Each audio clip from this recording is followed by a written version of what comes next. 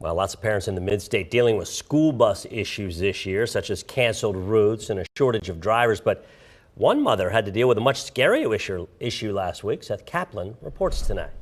So we've got 3 kids in West Shore right now. One of them, a 7-year-old boy. He goes to Red Mill Elementary School.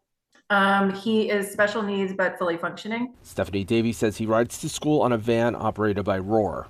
Have had minimal issues, maybe it's late here and there, but nothing like this. Last Thursday, he's supposed to get dropped home at between 4 and 4:30. 4:45, start getting nervous. 5 o'clock, getting a little bit more nervous. Calling the school repeatedly. Their phones are off, so it just goes right to voicemail. The mom panic is really setting in. Did the van get in an accident? About 5:15, called the police. Fairview Township Police. So about 5:40, a policeman showed up at my home and, came out and said, yes, we're getting multiple calls. We're trying to find the van. And at about 6 o'clock, he said, we found them. And it turns out somehow they were at a place called Allen's Eatery in Lewisberry. Chief Davis Holland told me by phone any parent would be concerned in this situation, and we were happy we were able to assist with reuniting her with her child. We actually found out that Thursday night there was a school district board meeting going on, coincidentally. She and her husband went, but were too late to speak. Board President Kelly Brent wrote this note to her.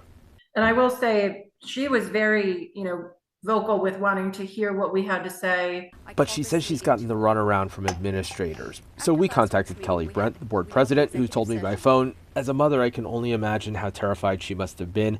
I too would have been frantic, and I will be calling Superintendent Todd Stoltz shortly to get a report about the incident and any next steps.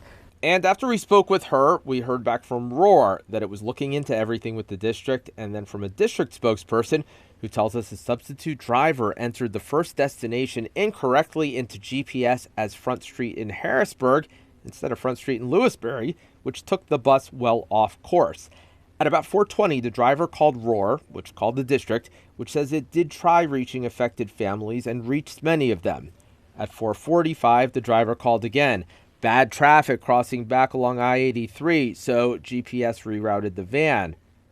Roar was able to track the van on GPS, and by 5 p.m., quote, it became evident the driver was still lost and off course.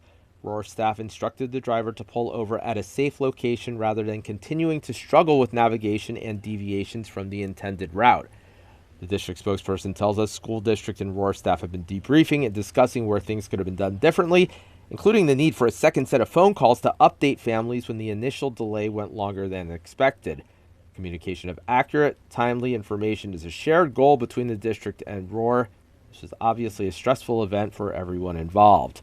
The spokesperson says the district did call families Friday to apologize and explain what happened. In York County, Seth Kaplan, ABC 27 News. Hi, I'm Eric Finkenbinder from ABC 27. We're excited to announce the new ABC 27 News Plus app. Live stream newscasts or watch content on demand. This is different than the ABC 27 app on your smartphone.